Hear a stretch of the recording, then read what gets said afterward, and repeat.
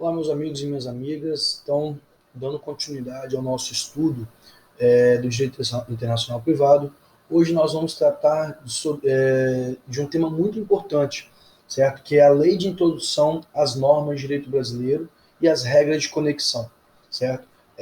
Nós já, em oportunidade anterior, já adiantamos para vocês que o estudo das normas de direito internacional privado, o estudo do direito internacional privado, nada mais é do que o estudo das regras do direito nacional, que por vezes tem elementos de conexão com o direito internacional. Então, em resumo, o que nós vamos estudar em direito internacional privado, e isso já foi dito em uma aula anterior, são os elementos de conexão. Dentro da norma de direito brasileiro, quais são os elementos que têm conexão com o direito, internacional? Que a gente consegue, então, dentro de uma situação fática, ter elementos nacionais e internacionais e encontrar a norma aplicada ao caso concreto. Bom, então nós sabemos que o direito internacional, ele tem por finalidade, o estudo do direito internacional tem por finalidade verificar qual a norma jurídica, qual a regra deverá ser observada pelo julgador para a resolução de determinado conflito no caso concreto. Então, esse é o nosso objeto de estudo do direito internacional privado, perfeito? Bom, então para a gente estudar direito internacional privado, nós precisamos saber o que são elementos de conexão.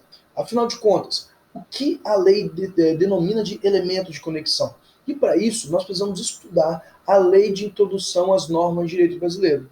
Mas antes de eu tratar especificamente das regras, das regras que compõem a lei de introdução às normas de direito brasileiro, eu preciso anteriormente fazer uma alocação histórica a respeito desse regramento específico que nós vamos trabalhar. Então, vejam só, antes de 2010, nós tínhamos até 2010 o Decreto-Lei 4657 de 1942. O Decreto-Lei 4657 de 42, ele era chamado por nós de Lei de Introdução às Normas, Lei de Introdução ao Código Civil, era a LICC. Então, nós tínhamos, nessa lei de introdução ao Código Civil, diversas normas, né, diversas regras que versavam sobre a aplicação de outras regras. Então, era mais ou menos assim. A lei de introdução ao Código Civil, ela indicava o modo como o julgador deveria aplicar a regra no caso concreto. Então, seria uma regra de aplicação da regra. Seria, então, uma norma jurídica orientando o juiz a aplicar outras normas jurídicas. Perfeito? Bom, por muito tempo foi feita uma crítica a esse termo, lei de introdução ao Código Civil. Por quê? Porque o conjunto de normas que estava previsto naquele decreto-lei, ele não disciplinava somente o direito civil, ou seja, ele não se aplicava somente ao direito privado. Também havia a aplicação da lei de introdução ao Código Civil em todos os ramos do direito, no direito público, direito privado, enfim. E por conta disso, a lei de introdução ao Código Civil, esse decreto-lei, ele sofria muitas críticas em razão da sua nomenclatura. Bom, pensando nisso, o legislador então optou por alterar o nome da lei e inserir vários outros dispositivos que não se encontravam na redação original. Então, dessa atividade legislativa surgiu a Lei 12.576 de 2010. Surgiu então a Lei 12.576 12.376 de 2010, que alterou o nome dessa lei e trouxe diversos outros dispositivos. Lei 12.376 de 2010, e aí passou-se a ser chamada de Lei de Introdução às Normas de Direito Brasileiro. Então mudou de Lei de Introdução ao Código Civil para Lei de Introdução às Normas de Direito Brasileiro. Muito além de uma simples alteração na nomenclatura, né, em razão do nome utilizado, essa lei de introdução às normas do direito brasileiro, ela trouxe também no seu bojo diversos dispositivos que não se encontravam na redação originária. Então, a doutrina, como tudo, vê como um grande avanço, não só a mudança do nome da lei, também como o seu aperfeiçoamento. Então, atualmente, nós não temos a lei de introdução ao Código Civil. Ela foi revogada integralmente pela Lei 12.376 de 2010, ok? Então, que passou a ter o nome de Lei de Introdução às normas de direito brasileiro. Então, essa lei de introdução às normas de direito brasileiro, ela se aplica a todos os ramos do direito. Então, ela é uma lei de auxílio, de orientação para a aplicação de outras leis. Então, para a gente estudar o direito internacional privado, nós não podemos deixar de estudar a lei de introdução às normas de direito brasileiro. Bom, então, para dar início ao nosso estudo a respeito da lei de introdução às normas de direito brasileiro, nós precisamos, então, estabelecer alguns conceitos básicos. O primeiro conceito fundamental para nós compreendermos as normas de direito brasileiro, a lei de introdução às normas de direito brasileiro, é o conceito de fontes do direito, ok? Afinal de contas, o que é fonte do direito, certo? Então, o aspecto, né, essa expressão fonte do direito, ela é utilizada de forma figurada, geralmente, para designar o ponto de partida, ou seja, o ponto inaugural, o ponto de surgimento do direito, e bem como o seu estudo, ou seja, o seu objeto de estudo. Então, quando a gente fala em fonte do direito, nós estamos querendo dizer ali de maneira figurativa o ponto de partida, certo? O ponto de surgimento do nosso objeto de estudo, que é a norma jurídica. Bom, quando a gente fala em fontes do direito, e isso vocês já devem ter estudado isso lá na introdução ao estudo do direito, nós vamos ter as fontes formais, ok? Fontes formais. Por uma ou outra doutrina vai ser chamada de fontes diretas ou fontes imediatas, mas nós sabemos que nós temos as fontes formais, e as fontes formais, elas são constituídas pela lei, são constituídas pela analogia, são constituídas pelos costumes e pelos princípios gerais do direito. Então nós vamos ter lei, analogia, costumes e princípios gerais do direito. Essas são as fontes formais. Por que eu estou dizendo isso para vocês? Porque o artigo 4º da Lei de Introdução às Normas de Direito Brasileiro traz de forma expressa, certo? Traz ali de forma expressa quais são as fontes do direito. O artigo 4º da Lei de Introdução às Normas de Direito Brasileiro nos diz quais são as fontes admitidas para o direito brasileiro. Ou seja, dali então se inaugura, ok, a aplicação do direito. Então nós vamos ter as fontes formais, ok? Ou fontes materiais, fontes imediatas, e vamos ter também as fontes, nós vamos ter também, além das fontes formais ou imediatas, certo? Nós vamos ter também as fontes indiretas ou fontes formais. Então temos ali temos então as fontes formais, diretas ou imediatas, e teremos também as fontes não formais, indiretas ou mediatas. Então, fontes formais e fontes não formais. Então, como eu disse, as fontes formais estão previstas no artigo 4º da Lei de Introdução às Normas de Direito Brasileiro. E, afinal de contas, quais são as fontes não formais? As fontes não formais, elas são constituídas basicamente pela doutrina e pela jurisprudência. Porque a doutrina e a jurisprudência, elas não criam normas jurídicas formalmente falando, mas elas orientam o julgador, elas iluminam o julgador, elas servem de auxílio ao julgador para que ele possa aplicar a norma ao caso concreto. Daí então temos como fontes não formais a doutrina e a jurisprudência, perfeito? Então, pessoal, esse é o aspecto geral a respeito das fontes no direito. Então, como dito anteriormente, as fontes formais estão previstas no artigo 4º da Lei de Introdução às Normas de Direito Brasileiro, que são elas a lei, a analogia, os costumes e princípios gerais do direito. E as fontes não formais, elas se compõem da doutrina e jurisprudência. Perfeito? Bom, feita então essa colocação inicial a respeito das fontes do direito, é preciso então a gente avançar um pouquinho no estudo da Lei de Introdução às Normas do Direito Brasileiro e falar um pouquinho sobre a vigência das leis no tempo. Por quê? Toda norma, quando ela é votada, toda lei, quando ela é então votada, aprovada, então sancionada pelo presidente, ela logo está pronta para surtir efeitos. E quando falamos em eficácia da norma, ou seja, quando falamos em surtir efeitos, nós estamos falando da possibilidade dessa norma efetivamente ser aplicada em um caso concreto. Ela então passa a ter cogência, passa a ser de observação obrigatória. A partir da vigência, eu e você não podemos escolher se vamos ou não nos submeter a essa norma. Então, a partir do momento que ela entra em vigência, ela tem aplicação, ok, em todos os casos que se amoldam àquela norma jurídica. Daí, então, pessoal, quando a gente fala da vigência no tempo, é importante a gente dizer que a Lei de Introdução às Normas de Direito Brasileiro, ela traz um prazo de vacatio legis. O que seria a vacatio legis? A vacatio legis seria nada mais nada menos do que um espaço de tempo onde o legislador permite, né, o legislador então determina esse espaço de tempo para que essa norma ela entre em vigor, ela passe exatamente a surtir efeitos no mundo fático, perfeito? Então, por que a necessidade desse vacatio legis, esse tempo, né, esse espaço temporal entre a aprovação, entre a sanção e a entrada em vigor?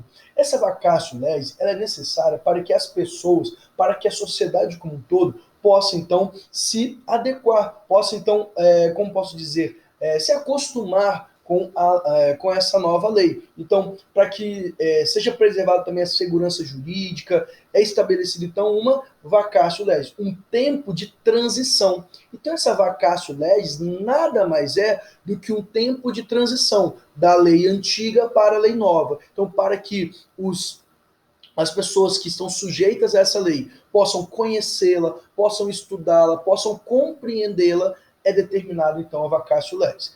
Mas atenção, via de regra, geralmente, quando uma lei ela é votada e ela é sancionada, no corpo da lei, o presidente, ao sancionar a lei, já diz ali, por exemplo, esta lei entra em vigor tanto tempo após a sua publicação. Exemplo, isso aconteceu com o Código Civil de 2002. O nosso Código Civil de 2002 ele foi sancionado pelo presidente no ano de 2002. Porém, ele só só entrou em vigor, a sua vigência só iniciou um ano após a publicação do texto do novo Código Civil. Foi chamado, esse período, então, é o período de vacatio legis, ou seja, na própria lei, o legislador já inseriu o tempo de vacatio legis, perfeito? Então, geralmente, quando uma lei vai ser sancionada pelo presidente, quando ela está sendo votada, o legislador já inclui nela o período de vacatio legis. Mas, quando isso não acontece, observa-se, então, a regra do artigo 1º da Lei de Introdução às Normas de Direito Brasileiro. O artigo 1º da Lei de Introdução às Normas de Direito Brasileiro diz que a lei entrará em vigor 45 dias após a data da sua publicação, salvo se não houver disposição em contrário. Ou seja, a regra inserida no artigo 1º da Lei de Introdução às Normas de Direito Brasileiro é que uma norma, uma vez votada, uma vez sancionada pelo presidente, e depois de publicada, ela entra em vigor 45 dias após a data da sua publicação, exceto se não houver disposição em contrário na própria lei. Então, se uma lei disser que a vacatio legis é de 60 dias, vai observar 45 ou 60? Nós vamos observar 60 dias. Por quê? Porque a lei determinou 60 dias. Agora, se na publicação da lei o legislador não falar nada, ficar quieto, então, ou seja, quando ocorrer uma omissão em relação a vacatio legis na lei, observará, então, o artigo 1º da Lei de Introdução às Normas de Direito Brasileiro, perfeito? Então, muito cuidado, atenção, então, para o período de vacatio legis. Então, o período legal de vacatio legis é aquele período inserido, então, no artigo 1º da Lei de Introdução às Normas de Direito Brasileiro, prazo de 45 dias, perfeito? Bom, explicado então a vacatio legis, falamos então de fonte formal, fontes informais, falamos então da vacatio legis. Agora nós precisamos falar, quando falamos de vacatio legis, falamos da aplicação da lei no tempo, né? Ok? O tempo de início de vigor da lei de 45 dias, salvo não dispuser em contrário. Mas, além da eficácia da lei no tempo, além da vigência da lei no tempo, nós também temos que falar com vocês da vigência das leis no espaço. Porque a lei ela tem implicação em determinado tempo e em determinado espaço geográfico. Ou seja, uma norma jurídica, quando entra em vigor, ela entra em vigor para ser aplicada em determinado espaço geográfico, ok? Então, atenção, no Brasil, toda norma jurídica, em princípio, ela tem aplicação limitada ao espaço das fronteiras do Estado. Então, no Brasil, toda norma jurídica, a princípio, tem aplicação no espaço geográfico brasileiro. Ou seja, estamos falando aqui do princípio da territorialidade da lei.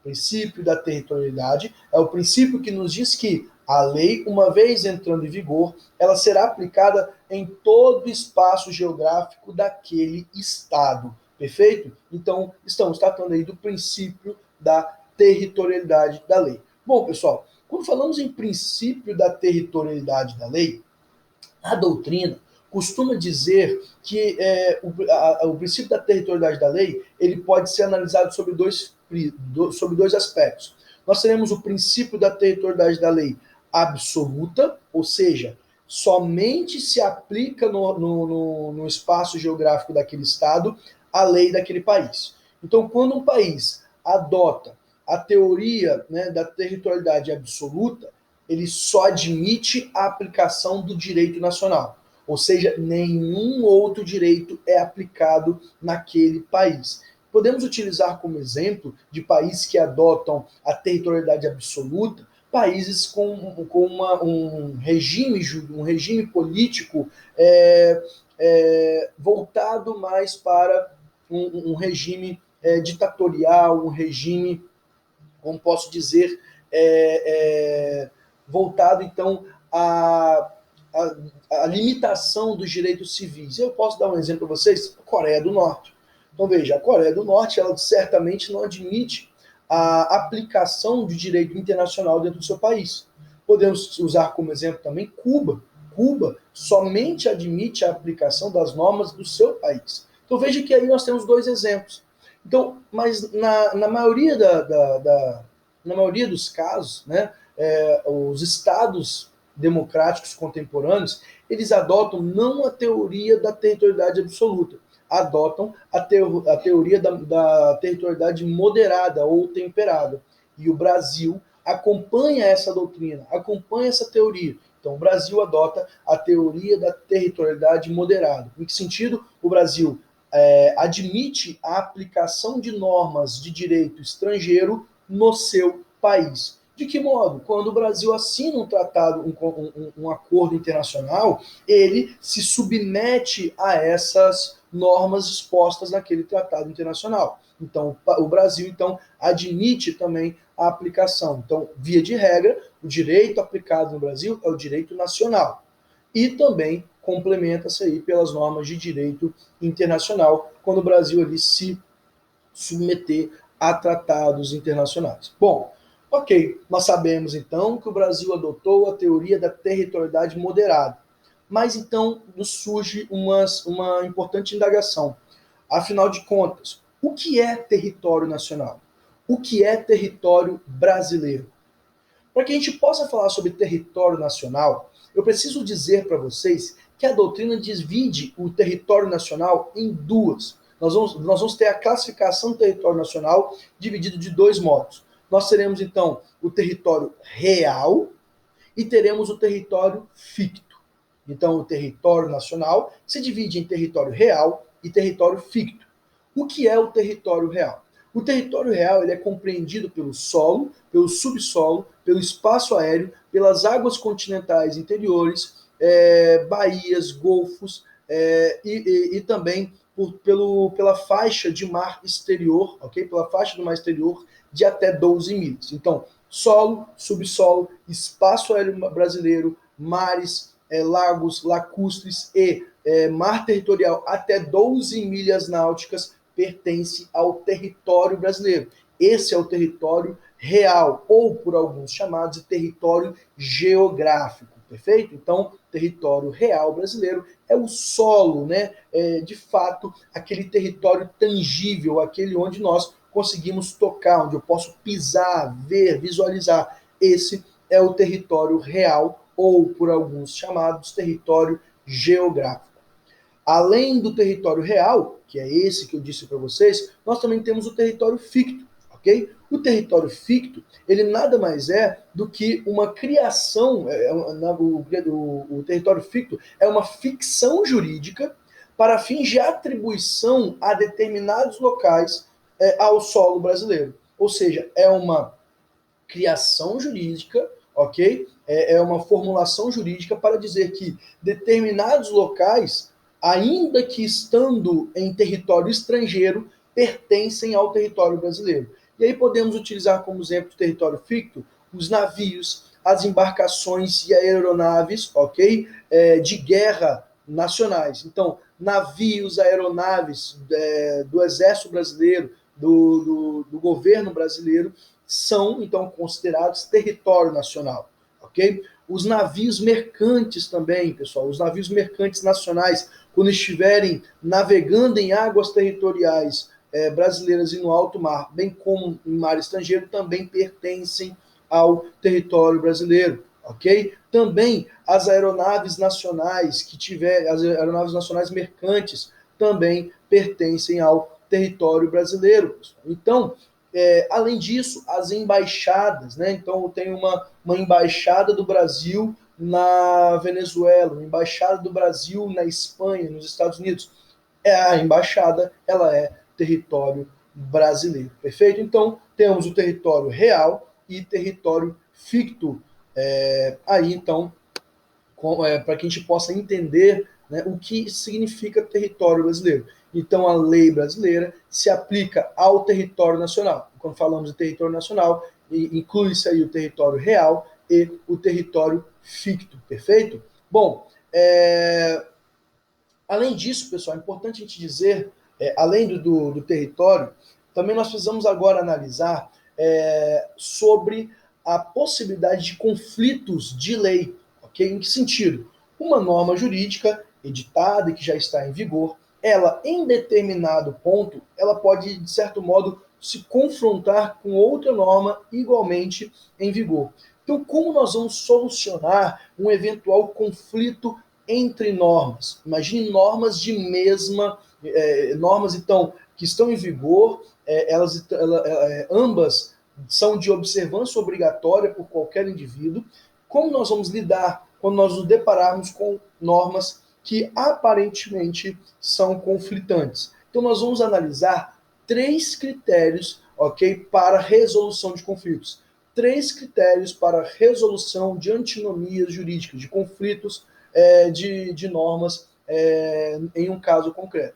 Então, nós vamos ter esses 3 critérios já são conhecidos por vocês, mas então por isso só vou então aqui dar uma relembrada. Nós vamos ter então o critério cronológico. O critério cronológico de resolução de conflito de norma, ele vai nos dizer o seguinte, que a norma posterior, ela prevalece sobre a norma anterior.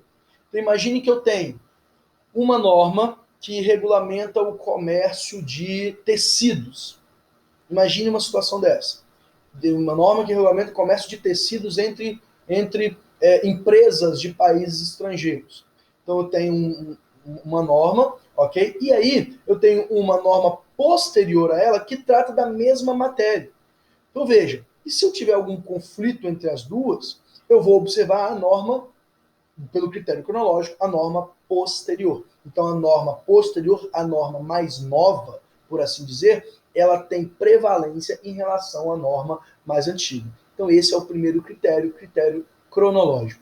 O segundo critério é o critério da especialidade. O critério da especialidade, vocês já estão habituados com ele, inclusive foi objeto de questionamento na nossa última prova. O critério da especialidade, ele vai nos dizer que a norma especial, ela se aplica sobre a norma geral. Ou seja, se eu tenho uma norma que trata especificamente de uma determinada matéria e tem uma norma geral que indiretamente trata daquela matéria, eu vou observar a norma especial. E aí, o exemplo nós podemos ter é o Tratado Internacional sobre Transportes Aéreos, ok? Transportes particulares aéreos. Vejam só, nós temos, né, no Brasil, o Código de Defesa do Consumidor. Então, toda pessoa que, ao adquirir uma passagem aérea e tal, ele é um consumidor. Então, ele está consumindo um serviço prestado por aquela companhia aérea. perfeito? Então, em regra, ele se submete ali, ele está amparado pelas normas protetivas do Código de Defesa do Consumidor. Mas, em relação ao transporte aéreo de bagagem, nós temos um tratado internacional que o Brasil é signatário.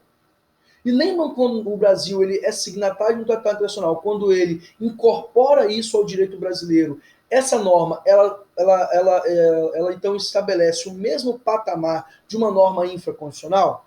Então veja então que esse tratado, ele ao ingressar no ordenamento jurídico, ele então estará no mesmo patamar, no mesmo grau hierárquico, por exemplo, do Código de Defesa do Consumidor. Então veja, nós temos uma norma internacional que foi inserida no ordenamento jurídico e o Código de Defesa do Consumidor, ambas de mesma hierarquia. Logo, eu tenho que analisar qual norma ela é mais específica, ela é mais especial. No nosso caso, logicamente, o Tratado Internacional ele trata especificamente do transporte aéreo de bagagens. Logo, eu vou afastar a aplicação do CDC e aplicar as normas essa norma de direito internacional. Então veja que aí nós solucionamos esse conflito através do critério da especialidade, perfeito? Então, através do critério de especialidade, nós pegamos então normas de mesma hierarquia, ok? E também, porventura, no mesmo grau cronológico, no mesmo tempo cronológico, e aplicamos então ali a regra da especialidade, perfeito? E para encerrar, nós vamos ter também o critério hierárquico. Então, como o próprio nome nos diz, fala sobre hierarquia. Então, uma norma superior, uma norma de hierarquia superior, prevalece sobre a norma de hierarquia inferior. Imagine que eu tenho uma norma editada por um governo de estado, ok? Votada pela Assembleia Legislativa, que trata ali, então, de um determinado assunto. Mas eu tenho uma norma de direito, uma norma hierarquicamente superior. Eu tenho uma legislação federal que também regulamenta aquela questão. Então, eu vou utilizar o que é a norma hierarquicamente superior, desde que a norma estadual não seja também mais específica, porque nós sabemos que a competência legislativa dos estados, ela vai se limitar a questões de interesses do estado. Então, se eu tenho um conflito entre uma norma de direito, uma norma hierarquicamente superior e uma norma hierarquicamente inferior, eu vou aplicar a norma hierarquicamente superior. Exemplo, também podemos citar a Constituição Federal. Então, se eu tenho a Constituição Federal garantindo um direito a um indivíduo, ok? E esse direito, essa norma constitucional, ela já é exequível de pronto, eu então aplico a norma superior sobre a norma inferior. Perfeito, pessoal? Então, esses são os 3 critérios clássicos de resolução de conflitos na aplicação então da lei. E esses critérios também, pessoal, eles estão previstos no artigo 2º, ok? Estão previstos no artigo 2º da Lei de Introdução às Normas de Direito Brasileiro. Então, o artigo 2º da Lei de Introdução às Normas de Direito Brasileiro traz para nós ali os critérios de resolução de conflito. Perfeito, pessoal? Seguindo aqui, então, nós vamos falar agora sobre a proteção do ato jurídico perfeito e da coisa julgada e do direito adquirido. Então, veja, nas relações privadas, para que haja como posso dizer, uma pacificação social, para que as pessoas tenham liberdade e confiança de que, ao contratar, ao firmar negócios, ao fazer parcerias, a lei ela dará a essas pessoas segurança para que elas possam livremente realizar os seus negócios jurídicos. Daí, então, existem normas na Lei de Introdução às Normas de Direito Brasileiro, dispositivos específicos, que vão tratar da proteção do ato jurídico perfeito, que vão tratar da proteção da coisa julgada, e vão tratar, então, também do direito adquirido. Nós vamos, então, falar do artigo 6º da Lei de Introdução às Normas de Direito Brasileiro. Então, o artigo 6º da Lei de Introdução às Normas de Direito Brasileiro traz para nós, portanto, a observância de proteger o ato jurídico perfeito, a coisa julgada e o direito adquirido. Assim como o artigo 6º da Lei de Introdução às Normas de Direito Brasileiro determina a proteção ao ato jurídico perfeito, à coisa julgada e ao direito adquirido, de igual modo, a Constituição Federal o faz. no artigo 5º, inciso 36 da Constituição. Então, o artigo 5º, inciso 36 da Constituição, também nos diz que a norma jurídica, a lei, preservará o ato jurídico perfeito, a coisa julgada e o direito adquirido. Bom, afinal de contas, o que é direito adquirido? Direito adquirido, portanto, é o direito material ou imaterial já incorporado ao patrimônio de uma pessoa natural ou jurídica. Então, atenção, o direito adquirido é o direito material, ok? Ou seja, é a coisa, o direito material